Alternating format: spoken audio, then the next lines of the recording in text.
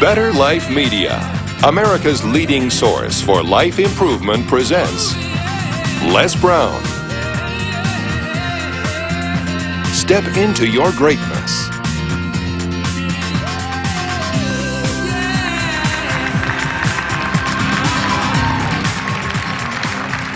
Thank you. Hello, how are you? How many of you have some major goals you'd like to achieve? Raise your hands, please. Very good. I know you do. That's why you showed up. I like to ask people whether or not they have goals that they'd like to achieve, and hopefully they're goals that really are worthy of your efforts and your talents. I want you to shake someone's hand right now on your right and left, look them in the eyes and say, you have something special. I like to ask whether or not you have goals, but I want to ask you another question. How many of you know that if you had your life to live over again, you could do more than what you've done thus far? Raise your hands, please. Now, that proves the point that what we do and what we accomplish in life is only a tip of the iceberg of what's possible for us.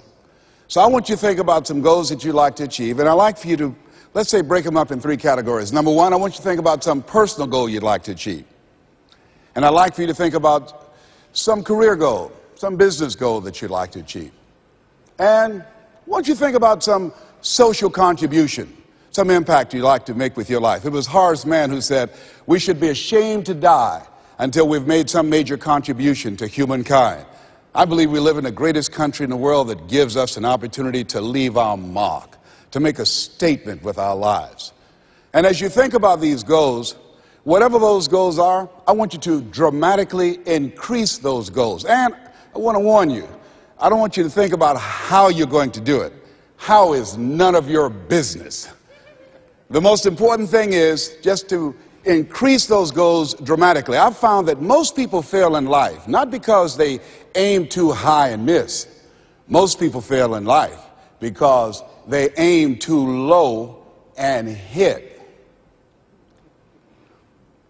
And many don't aim at all. So raise the bar on yourself and don't ask how you're going to do it. I'll never forget when I decided that I wanted to become a motivational speaker. I saw the late Dr. Norman Vincent Peale, and my heart said, I can do that. But my mind asked the question, how? And for over 14 years, I would go see Zig Ziglar and Dr. Norman Vincent Peale and Jim Rohn and different speakers, and I would be in the audience, and my heart would pounce and say, you can do that, Les. And then when I would leave, I would be going to the parking lot, and my mind said, how are you going to do it? And I spent so many years trying to figure out how. I wasted 14 years. How many of you ever procrastinated? Raise your hands, please. Yeah, see, so as you begin to think about your goals, the most important thing is, and write this down, commit yourself. See, once you commit yourself, the how will come, the way will come. Once you commit yourself, you will then figure it out. And if you're going in the wrong direction, all you have to do is turn around and go in the other direction. You will figure it out. You want to begin to just challenge yourself. You want to stretch yourself because you really don't know what you can't do. I'll never forget the first day that I met Mr. Washington. I was born in a poor section of Miami, Florida called Liberty City. I was born in an abandoned building on a floor with a twin brother. And when we were 6 weeks of age, we were adopted. And when I was in the 5th grade, I was identified as EMR, labeled educable, mentally retarded, put back from the 5th grade into the 4th grade. And I failed again when I was in the 8th grade. I don't have any college education, but because of my mother, and I feel like Abraham Lincoln, who said, all that I am and all that I ever hope to be, I owe to my mother. I saw a sign once that said that God took me from my biological mother's womb and placed me in the heart of my adopted mother. So my first major goal was to buy my mother a home, to take care of my mother. And I did that, took care of her until she passed at 88. But I'll never forget when I met Mr. Washington. I was in a class waiting on another student, and he came in and he said, young man, go to the board and work this problem out for us. I said, oh, sir, I can't do that. He said, why? I said, I'm not one of your students. He said, look at me. I said, yes, sir. Go to the board and work the problem out anyhow. I said, sir, I can't do what you're asking me to do. He said, why? Sir, because I'm educable, mentally retarded, sir.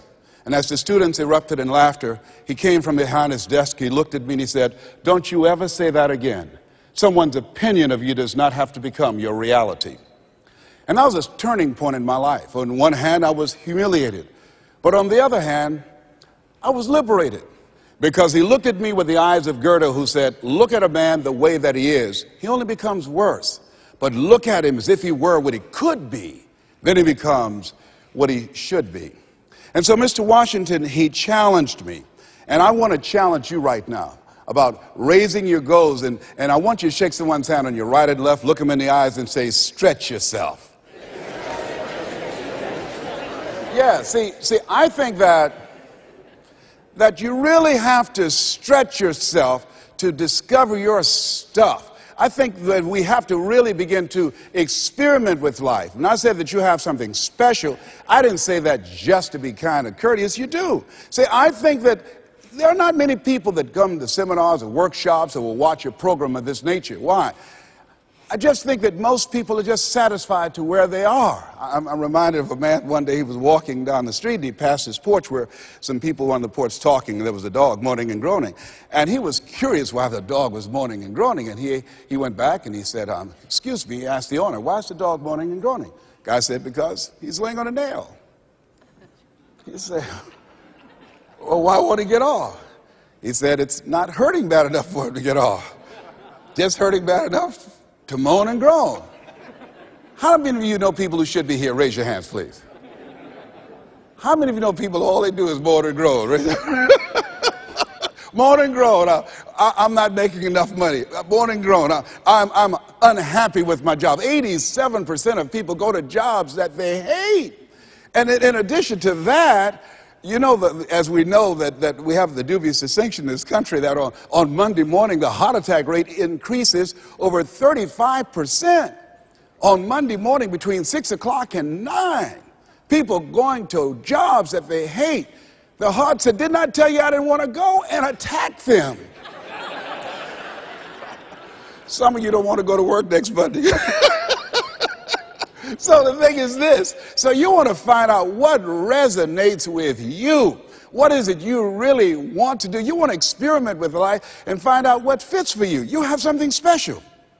You have greatness within you. You have the ability to do more than you can ever begin to imagine. See, I believe that anybody through observation and practice can perform at the level of excellence.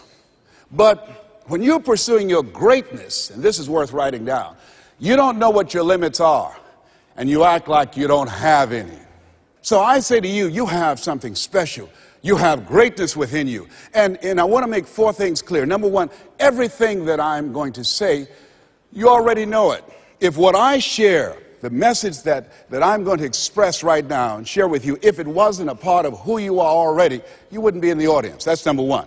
That's very important. It's already in you. I'm going to only confirm and validate that which is a part of you anyhow.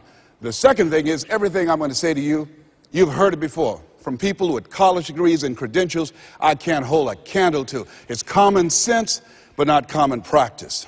Third thing is, I don't want you to agree with me, and I don't want you to believe me. I just want you to be open to some things right now. I want you to think beyond that which is commonly allowed. And I'm going to tell you what I'm up to. I want you to think about your goals, and I want to tell you what I'm going to do right now. My whole goal is to get past your mind. That's my whole challenge, and there's nothing you can do about it. I'm going to do that. See, your assignment was to show up. My assignment is to get past your mind and get into your heart. I want you to think about the goals that you want to achieve. And I really want to challenge you to make up your mind that you're going to make that happen for yourself. And I hope that it's some goal that really resonates with who you are. When I was a little boy, my goal was to just buy groceries for our family. My mother worked on Miami Beach. She was a domestic worker. And my goal was to really be able to go to the grocery store and purchase groceries ourselves. The families knew that my mother had adopted 7 children. And so they said, Mamie, whatever food is left over after we eat, you can take that home to the children. They were very kind, very, very considerate people. My mother, who when she worked on Miami Beach, the people were very kind. I was appreciative of their generosity. But as a little boy, I said, Mama, one day, when I become a big boy, I'm going to be able to buy groceries for us. My goal as a little boy was to buy clothes for my brothers and sisters. We wore the hand-me-down clothes of the children that Mama babysat for when she went over in Miami Beach. And if the clothes were too small, she would let them out. And if they were too large, Mama could sew and take them up. And I'll never forget David Sidursky. His father was very wealthy. Mama worked for him, but David was my buddy. And so his father gave him 2 gifts for his birthday.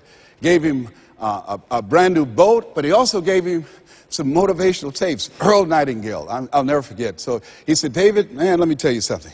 When I die, you're going to get everything. I want you to listen to these tapes. And when his father left the room, David threw those tapes in the wastebasket. I said, David, could I have those tapes? He said, yes. I said, man, your father said, if you listen to these, you can get more and do more than what he's done. He said, look, I'm going to get everything anyhow. Go ahead, take them. I told my children, I'm not leaving them anything. You know, if I had a quarter and thought I was going to die, I'll swallow it.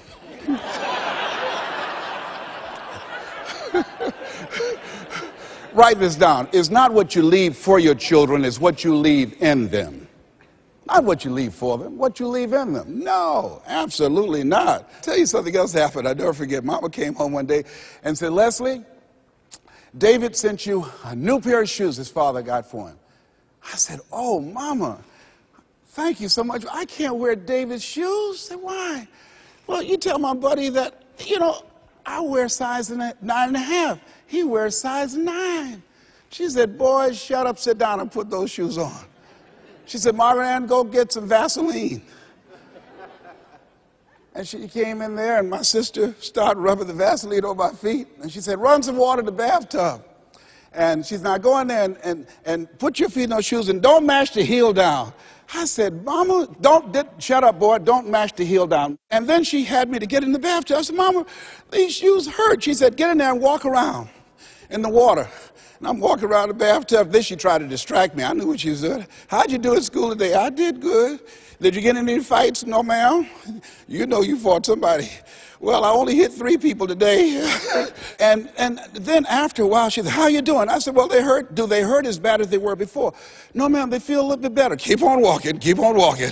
And then after a while, when the leather soaked up the water, the leather began to stretch to a perfect 9.5. You think Fortune 500 companies started talking about doing more with less? My mother's been doing that for a long time.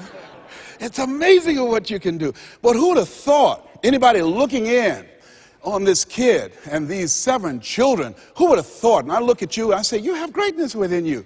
You have the ability to do more than you can ever begin to imagine. No one could have convinced me that I would be doing what I'm doing right now. You know, the easiest thing I do every year is go into a sales organization and dramatically increase their sales, or go into a prison and enable prisoners to see themselves differently and teach them the methods and techniques of how to plug into the system, or motivate young people to begin to see how they can have a vision of themselves in the future and fit. That's the easiest thing I do, or train a speaker to help them to leverage their experience as a speaker and say, look, speaking is a projection of who you are, not who you think you ought to be, and come with power from a platform. That's the easiest thing I've ever done. Let me share with you the most difficult thing I've ever done.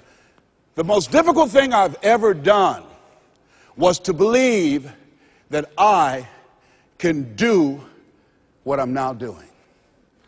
No one could have convinced me, just given my circumstances. I earn millions of dollars every year. No one could have convinced me. If both my parents came up here right now, I would not know either one. No one could have convinced me, being labeled educable, mental retarded, born in an abandoned building on the floor in Liberty City, poor section of Miami, Florida, failing twice in school, no college training, never worked for a major corporation. I did not know I can do what I'm doing right now. I'll never forget Mike Williams, my mentor. I think a lot of people fail in life because of the fact that they need some mentoring. They need some coaching. Repeat out to me, please. You need some coaching. Yeah, see, you can't see the picture when you're in the frame. I remember Mike saying, Les, you can do this. Mike, how, man? Wait a minute, Mike. How much am I going to be able to charge, Mike? Les, you could start out at $1,000 an hour. Mike, I don't make that working for 2 weeks. Come on, Mike. Man, I appreciate your belief in me, Mike. Look, Mike, I work for the Miami Sanitation Department, man. I've been a garbage collector. I've done door-to-door sales. That was great, and I'm here as a disc jockey. That's good, Mike. But Mike, I don't think I can do that, Les. You can. But Mike, I don't have any credentials. I've never written any book, anything, man. I'm not rich. How can I teach somebody to do something I've never done? But Les, why don't you just test yourself? Why don't you stretch, Les? Come on, man. Mike, I don't know. And here's something I realized. Write this down. Sometimes you have to believe in somebody's belief in you until your belief kicks in. I respect Mike Williams.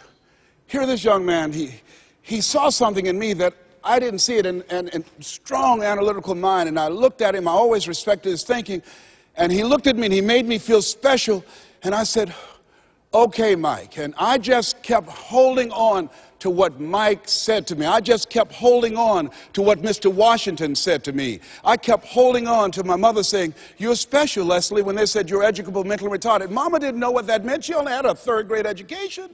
So she said, he'll be all right, or the hard head make a soft behind. He'll be fine. But she said, you're special, baby. You are special. And they kept saying that over and over again. Faith comes by hearing and hearing and hearing. And so here's what I want you to do. Let us say together, as you think about your goals and your dream, let us say together, it's possible. Together, please. It's possible. Say it like you mean it. It's possible. Thank you. Write that down. See, most people never achieve their goals because most people suffer from possibility blindness. They look around trying to think about the things that they don't have. Robert Roots, young man who wrote a book about success principles of the Three Little Pigs. He said, it's not what you don't have, it's what you think you need that keeps you from being successful or happy in life. It's not what you don't have. See, I was focused on what I didn't have. Don't have a college degree, don't have any credentials, never worked for a major corporation. I was focused on the negative things and said, negative things are the things that you see when you're not focused on your goal. What do you come with? What is it that you have within you that you showed up to bring? Hey, Les, you don't know, but my dream is a long shot. A friend of mine, Dexter Yeager, said when the dream is big enough, the odds don't matter. I'm reminded of a great man when I was reading Time magazine talking about some of the great minds of the last century. They didn't mention his name, Dr. Howard Thurman, one of the mentors of Dr. Martin Luther King Jr., and also an advisor to Mahatma Gandhi and Albert Schweitzer. And he said, the ideal situation for a man or woman to die is to have family members standing around their bed praying with them as they cross over. But imagine, if you will, being on your deathbed and standing around your bed, the dreams given to you by life, the ideas that you never acted on, the talents, the gifts, the abilities that you never used. And there they are, standing around your bed, looking at you with large, angry eyes, saying, we came to you, and only you could have given us life. And now we must die with you forever. And the question is, if you died this very moment, what will die with you? What dreams? What ideas? What talents? What leadership potential? What greatness that you showed up to bring? That you allowed fear or procrastination to hold you back? Perhaps that's why Henry David Thoreau wrote the words, oh God, to reach the point of death, only to realize that you've never lived, only to realize that you've never scraped the surface of your potential. Repeat after me, please, with power, feeling, and conviction. I refuse to die an unlived life. Yes, shake someone's hand on your right and left and say, live your dream. Yeah, I think we should all resolve. I refuse to die an unlived life. Don't worry about the odds. You survived 1 out of 40 million sperms. You will never have those odds again. You beat those odds, you can win anything. here's something else stops most people. You know what it is? Failure. Let us say together, I will fail my way to success. Yes, write that down. I will fail my way to success. See, 8 out of 10 millionaires have been financially bankrupt. 85% of people allow their fear of failure to outweigh their desire to succeed. And I believe that the reason that most people go so far in life, and stop, Maya Angelou said it best. She wrote a poem. She said that most people go so far in life and then they park. They pull off the highway of life. Especially when they get some hits, especially when they've been rejected, especially if they have an illness, especially if they lose something, they park. And I take it further. They don't even turn on their emergency lights. It's not because that they are broken down. They don't want anybody to stop and say, hey, look here, I've got some jumping cables in my trunk. You need a jump? Hey, look here, there's a service station ahead about 3 or 4 miles. I have a can. I can take you up there and get some gasoline. Oh, no, I'm just fine. I had a talk show once, and highest rated, fastest canceled talk show in the history of television. Well, at least I had one. And I was excited. You know, when the time I came into television years ago, television was based upon conflict and controversy. So I said, I want a solution-oriented talk show. First concept of that kind. High ratings. And the syndicators say, you just got lucky. Come on, let's do these other type of shows. You can be a Jerry Springer. Oh, no, that's not why I came here. No, I believe that we live in the greatest country in the world where we should hold ourselves to certain standards. I'm not going to come here and sell out on who I am. I'm not going to compromise. I'm not going to lower my standards for you. No, that's not why I showed up. And so they fired me. Security walked him out. I said, I can walk by myself. But let me tell you what happened. I took a hit, and I parked. It wasn't that I didn't have the ability to do more. My concept was good. But what happened when I took the hit, when they canceled the show, I canceled myself. When they said the show is going to be taken off television, it won't work, I told myself, Les, you can't succeed in television. And I parked. You know what I did? I went back to my comfort zone. As a motivational speaker, at least I'm doing better than most people. That's nothing to compare yourself to worse that other people are doing and then make yourself feel better. No, I parked. I didn't have my emergency lights on. I didn't want to show up on the radar. I parked. You know how long I parked? I parked for 10 years. Do you hear me? Now, unlike Regis Philbin, when his shows were canceled, he kept going, he kept going, he kept going, and he got other shows. I bet you somebody gave him a push. Somebody said, hey, you need a lift?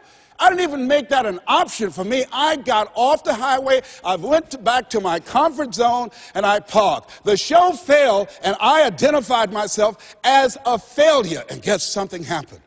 One day, just flipping the channels, looking at PBS, and saw Wayne Dyer, my friend Wayne Dyer.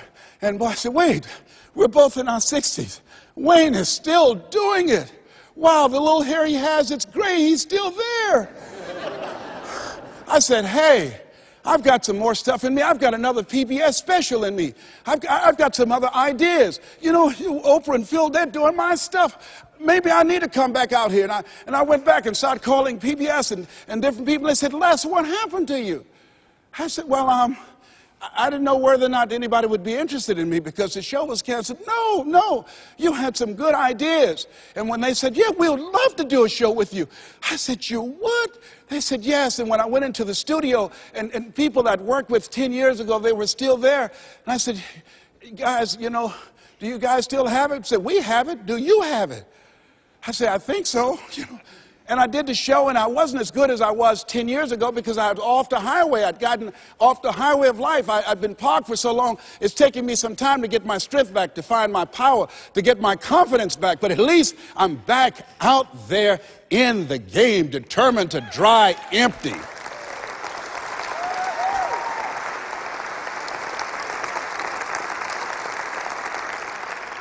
So I say to you, see, I only attract millionaires or millionaires in training.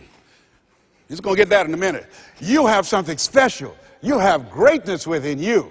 And the only reason you are here, you are my assignment. You can feel me. Some of you feel me right here in your heart of hearts. And my goal is to get past your mind and into your heart. So it's necessary that you have the mindset that I can do this.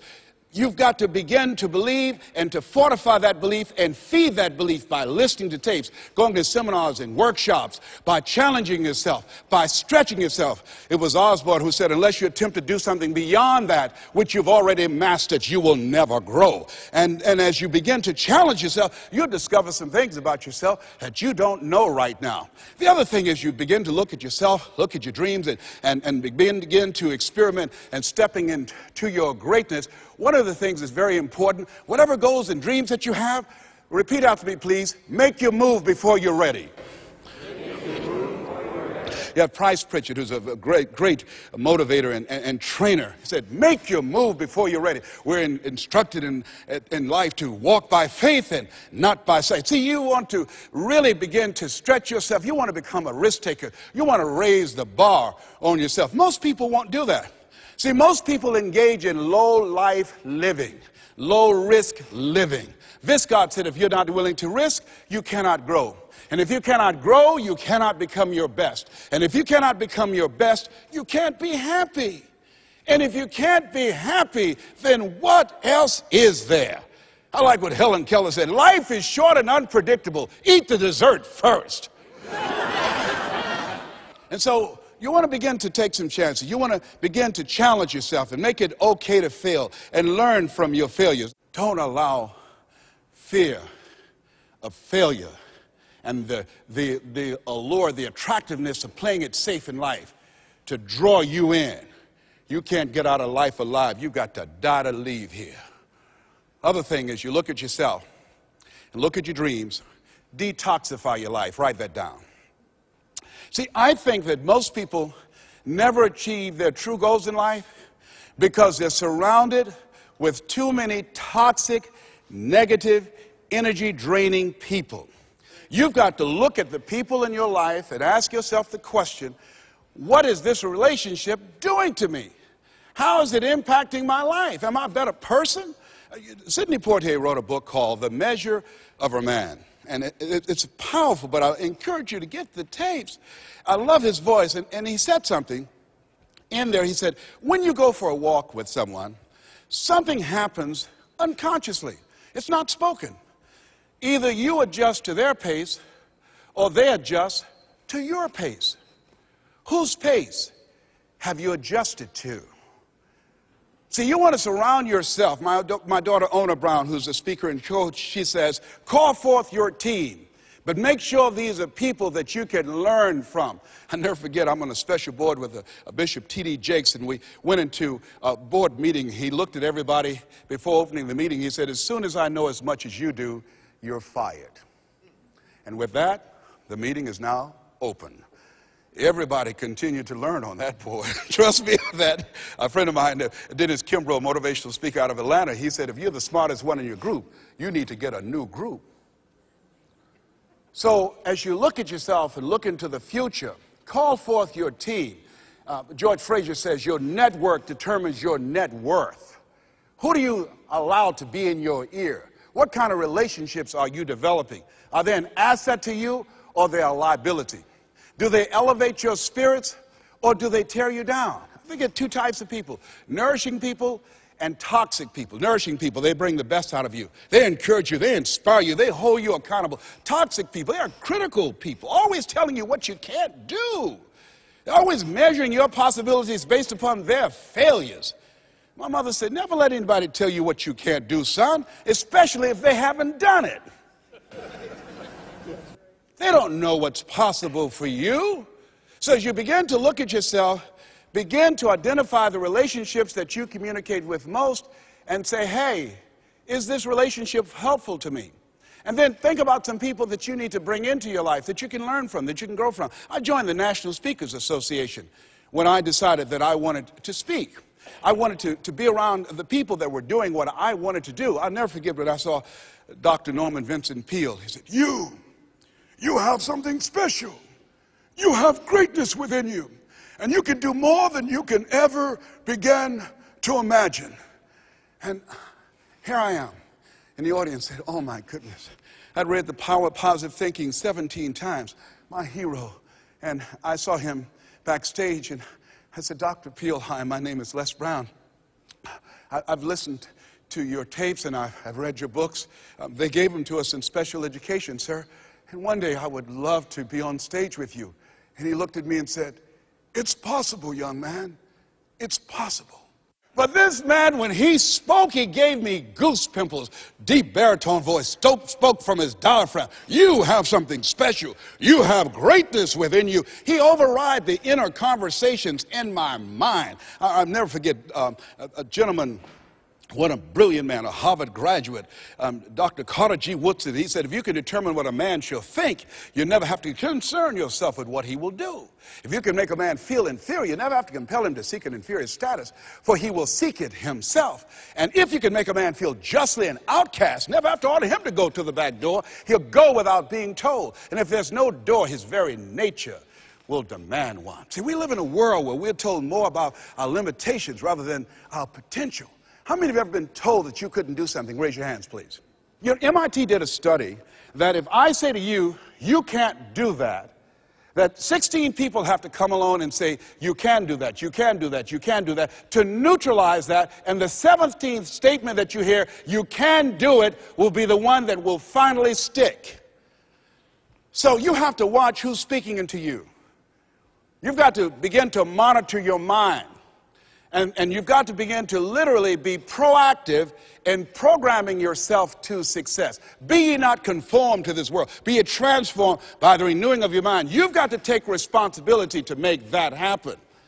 And as you begin to do that, you'll begin to see some incredible changes in your life. I understand now when Earl Nightingale said, all of us are self-made, but only the successful will admit it. As you begin to look at your dreams and look at your goals, write this down. Make know you're a vitamin.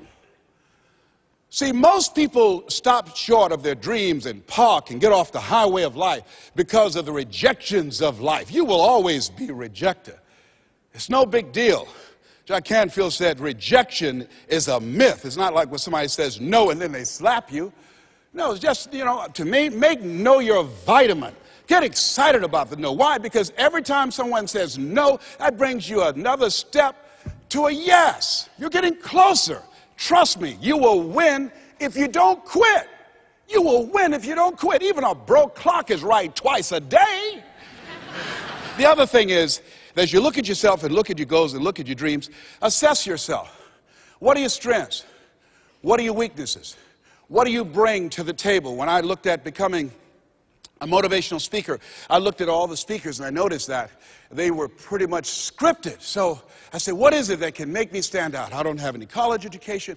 I don't have any credentials. I never worked for a major corporation. What is it I can do to offset my weaknesses? And then something said, well, Les, and this is very important. Mr. Washington, Mr. Brown, yes, sir. What do you want to do with your life? I want to become successful. Good. He said, you must be willing to do the things today others won't do in order to have the things tomorrow others won't have. That's why you said you have something special. See, very few people go to seminars and workshops. They'll go to a concert, but showing up to get something that can expand their minds and help them to begin to see their lives differently, to give them a larger vision of themselves, they'll be too busy. Or they say, well, how much does it cost? Well, information costs, but it pays for itself. Here's the other thing is, ladies and gentlemen, let's say it's me. Yeah, see, it's possible you can live your dream. It's necessary that you have the mindset that I'm going to do this. But you've got to take ownership. You've got to decide, hey, I'm going to do this. You've got to take responsibility for your life. George Bernard Shaw said the people that make it in this life, they look around for the circumstances that they want, and if they can't find them, they create them. You've got to decide, it's me. You've got to say, and say this with conviction, I expect to win. Yes, I think it's important that we say that. You know, if you ask most people, do you want to become successful? They will say yes. Took my oldest son for a walk, my namesake. You know, we always expect our children to do far more than what we do. Said, Calvin, he wants his own identity. He's Leslie Calvin Brown, Jr. I stopped him, looked him in the eyes, and said, do you want to be successful, son? He said, yes, sir, Dad. Very good. Let's walk, son. Walk further. Stopped him again. I said, Calvin, look me in the eyes, son. Yes, sir, Dad. Do you expect to be successful, son? And he stood there and he looked at me and his eyes got glassy. And he said, let's walk. And the reason that he said, let's walk, because my son is very bright. Of all my children, he's perhaps the smartest one. But Calvin now, over 30, Calvin now, a single parent of 2 daughters, good father. Calvin, now at this stage of his life, he's behind on his dreams. A lot of talent, a lot of abilities. Very conservative. One of those people, great mind, but he just hasn't developed that, things that we want our kids to have, that, I want it. Calvin, you got to kick it up a notch, son. You never thought you'd be in your 30s. You got to kick it up a notch. You got to increase your energy in order to live your dreams. You can't be casual about your dreams. Bill Bailey said, if you're casual about your dream, you'll end up a casualty. Shake someone's hand on your right and left and say, kick it up a notch. Yes. You got to kick it up a notch. What is it you bring? And whatever you bring, you've got to kick it up a notch. What is your signature as you look at where you want to go and what it is you want to do? As you look at your product or your services, repeat out to me, please. Provide more service than you get paid for. Yeah, see, that becomes your signature. When you look at your goals and look at where you want to go, at your products, at your services, at your industry, you want to set some high standards for yourself. I like what Henry David Thoreau said, do not go where the path may lead, but go where there's no path and leave a trail. How is it that your industry will be done differently 5 years from now, 10 years from now? What is your reputation in your industry? When you come into a room and you leave, what's the scuttlebutt about you? Do people say, hey, that's a go-to person. That's a person, if you ask them to do that job, you're talking about the job being done. It will be done extremely well.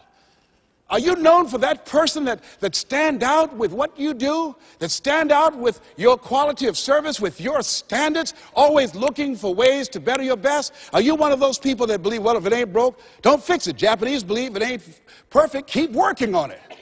Are you willing to keep working on it? Are you willing to realize that you have not done your best stuff yet, that you can better your best? You've got to take responsibility for that.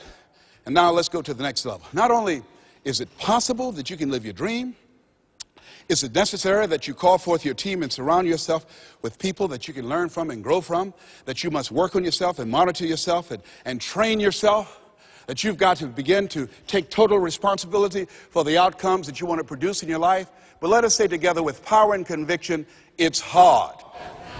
Yes, ladies and gentlemen, living a dream, changing your life, is hard.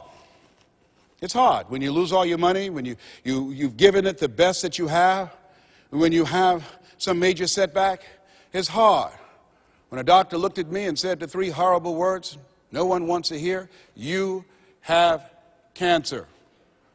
It was hard to mobilize my mind and spirit, to listen to tapes and music and read scripture and be around other people and seeking out other prostate cancer conquerors to believe that I could do this. It was hard. Never forget, my son said, Daddy, are you going to die? Why are you asking me that? You're not going out much. You're not the bubbly personality that I know you to be. You're not talking much. You're spending a lot of time in the room by yourself, Dad. Are you going to surrender? Are you giving up? Are you going to let that doctor's opinion become your reality? Will my daddy see me graduate? Yes, son, yes. I'm going to fight. No, I don't think it's my time yet. I'm going to see you graduate, but more than that, I've got some other things that I'm going to do with my life. And I thank you for asking me that. But I must tell you that I'm scared. I'm scared. And I've never been in this situation before. It's been easy for me to talk to people and encourage people when they've had challenges in their lives. But it's me. And I don't feel less than a man in admitting this to you. Yes, I'm scared. And I need some help. Repeat after me, please. Ask for help. Not because you're weak, but because you want to remain strong. And ask for help. And don't stop until you get it. Yes, see, life is hard. And there are some moments in life when you're going to need some help. You're going to need somebody to speak to you. You're going to need somebody to say something to you. I have a friend of mine, Willie Jolly, who's a motivational speaker. He said, a setback is a setup for a comeback. I had to listen to Willie's tapes. I have another friend, Kevin Brace, who's a speaker. He said, Les, come on, man, you can do this. You can make this happen. You can hit a home run. It's a done deal. You are Les Brown. That cancer's got to get out of your body. I said, talk to me, Kevin, talk to me. That's what I need to hear. I needed to hear those words. I don't care who you are. Many people won't allow themselves to ask for help because of pride. Pride cometh before a fall. Because of ego. Ego means edging God out. No, ask for help. Not because you're weak, but because you want to remain strong. And ask for help and don't stop until you get it. I'm here because a lot of people helped me. I'm here because a lot of people believed in me at a time when I was struggling to believe in myself. The other thing is, let us say together, it's worth it. Yeah, see, I think, and write this down, you got to find 5 reasons that will make it worth it for you. 5 reasons. What will make it worth it for you? Mine was, I want to take care of my mother. Mine was, I want to do something with my life. What will make it worth it for you? Mine is, I want to leave a legacy. Mine is, I refuse to die an unlived life. What will make it worth it for you? Repeat after me, please. You got to be hungry. Mr. Washington said, Mr. Brown, what do you want to do with your life? I said, sir, I want to become a disc jockey. Is that right? Yes, sir. Good. Mr. Brown, you got to be hungry. He said, I want you to listen to Paul Harvey. He's the world's greatest communicator. Always find a coach or mentor, someone that's doing what it is you want to do. Watch them. Listen to how he does the rest of the story. Listen to his voice. Mr. Brown, develop your mind and develop your communication skills, because once you open your mouth, young man, you tell the world who you are. And don't forget, Mr. Brown, you got to be hungry. Take the time to develop yourself. So I started training and working on myself. And then pretty soon I came to him. I said, sir, I've been working on myself.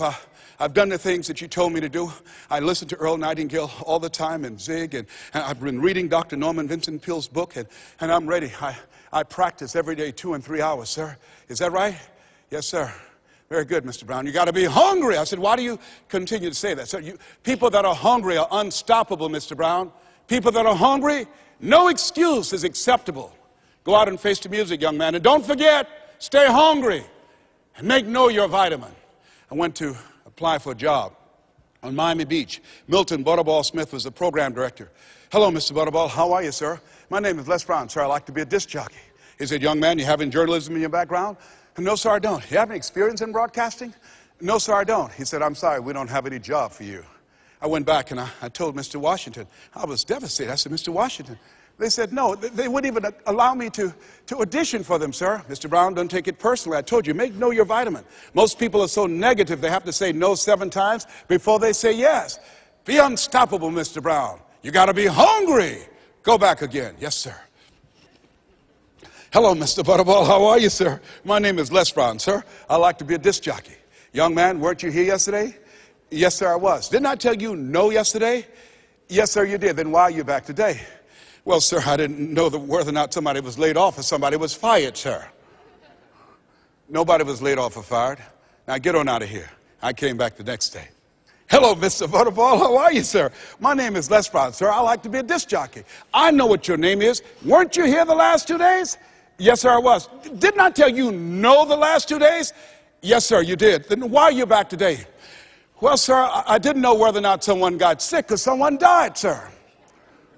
No one got sick or died. No one was laid off or fired. Now, don't you come back here again. I came back the next day talking loud, looking happy like I see you for the first time. Hello, Mr. Butterball. How are you? He looked at me with rage. He said, go get me some coffee. I said, yes, sir.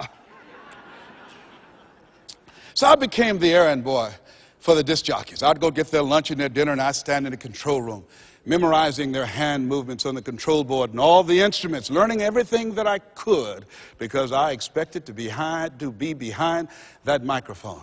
Then one day, it was a Saturday afternoon. And a disc jockey by the name of Rockin' Roger was drinking while he was on the air. Rockin' Roger got so drunk, he started slurring his words. He was about to fall off the chair. He obviously could not complete his program. And there I was, looking at him through the control room window. A Saturday afternoon, I was the only one there, young, ready, and hungry, walking back and forth saying, drink, rock, drink. Drink, rock. I'd have gone and get him some more if he'd asked me to. Then pretty soon the phone rang. It was the general manager, and I answered the phone. I said, hello? He said, young boy, this is Mr. Klein. I said, I know. He said, Rock can't finish his program. I said, I know. He said, would you call one of the other DJs in? I said, yes, sir. I hung the phone up. I said, you must think I'm crazy. I called my mom and my girlfriend, Cassandra, and said, y'all come out on the front porch and turn up the radio. I'm about to come on air. I waited for about 20 minutes, and I called him back. I said, Mr. Klein, I can't find nobody. He said, young boy, you know how to work the controls? I said, yes, sir. He said, go in there and segue the records, but don't say nothing here. I said, yes, sir. I couldn't wait to get old Rock out of the way. I put on a fast record. I said, look out, this is me, LB, Triple P, Les Brown, your platter playing papa. There were none before me, and there will be none after me. Therefore, that makes me the one and only. Young and single and love to mingle, certified, bona fide, doubly qualified to bring you satisfaction and a whole lot of action. Look out, baby, I'm your love man. I was hungry.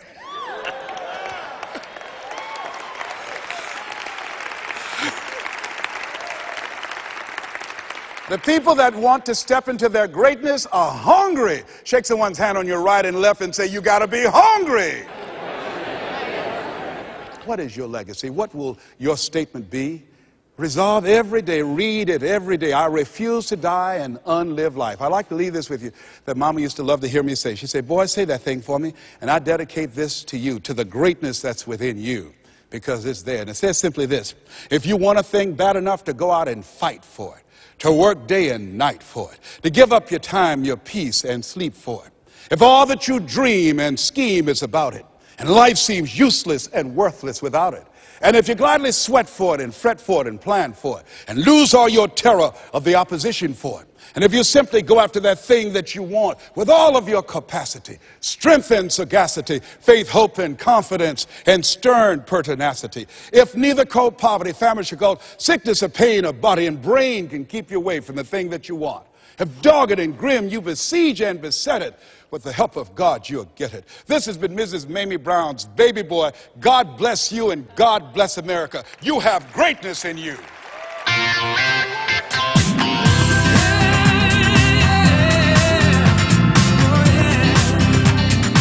We hope you've enjoyed this special presentation of Les Brown's Step Into Your Greatness.